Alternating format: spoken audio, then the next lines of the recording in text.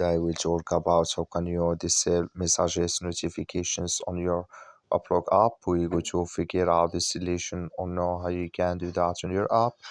So you just follow these ways, then it's going to work with you. All you have to do, you just go down, you click here on this sign down here, you just click on it. So then it's going to take you to your profile. It's going to show for you like this. Then all you have to do now, you just go here, you go above this sign, click on it.